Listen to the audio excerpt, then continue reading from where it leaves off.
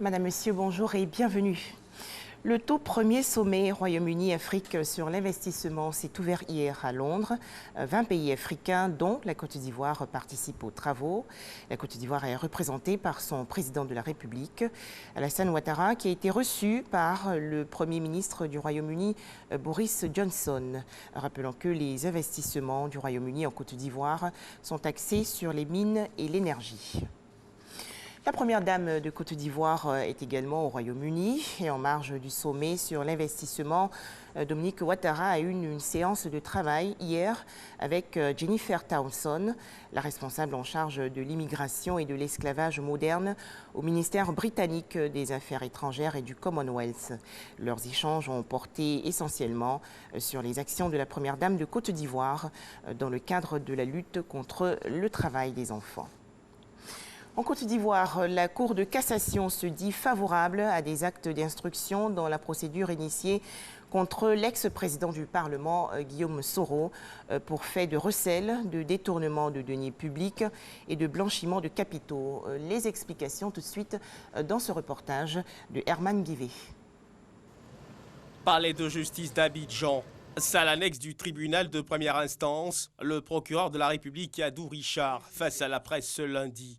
L'information, la Cour de cassation favorable à l'instruction d'une procédure initiée à l'encontre de M. Sorokik Bafori Guillaume pour des faits de recel de détournement de deniers publics et de blanchiment de capitaux.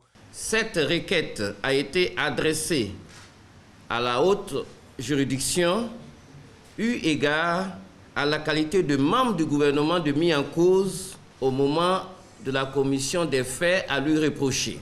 Par arrêt en date du 17 janvier 2020, la Cour de cassation a fait droit à la dite demande en désignant l'un de ses membres qui devra procéder à l'instruction de cette procédure en application des dispositions de l'article 695 du Code de procédure pénale.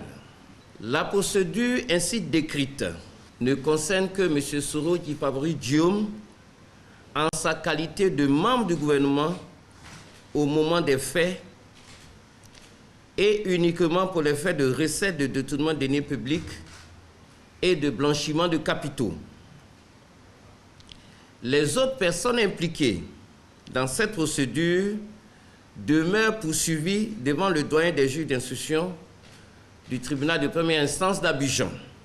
Il convient d'indiquer qu'après l'instruction du dossier devant le magistrat désigné par la Cour de cassation, et si celui-ci retient à l'encontre de M. Sorokik Bafori Guillaume des charges suffisantes, il ordonnera son renvoi devant un tribunal pour son jugement. S'agissant des faits d'attentat et de complot contre l'autorité de l'État et l'intégrité du territoire national, leur poursuite n'obéit à aucune autre formalité particulière, conformément aux dispositions des articles 7 et 31 de la loi numéro 2005-201 du 16 juin 2005 portant statut d'ancien président de la République. Le préjudice financier s'élèverait à 1,5 milliard selon les informations mises à disposition du procureur de la République, Adou Richard. L'actualité au Mali, le retour de soldats maliens à Kidal, ville du Nord, aux mains d'ex-rebelles, a été abordé récemment à Bamako, la capitale, au cours d'une réunion du comité pour le retour de la paix au Mali, visant à relancer l'accord d'Alger de 2015.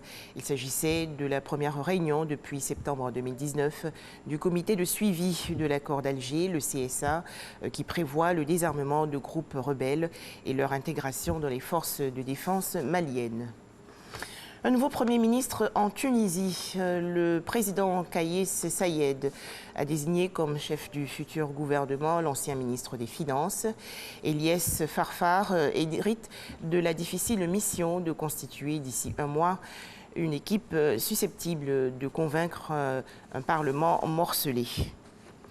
Aux États-Unis, début aujourd'hui des audiences dans le cadre du procès en destitution du président américain Donald Trump. Ce dernier est actuellement à Davos en Suisse pour participer au sommet économique mondial.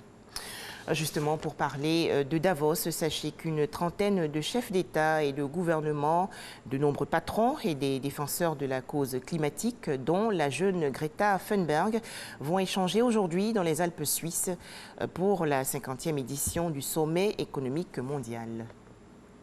Merci de nous avoir suivis. 13h, le journal.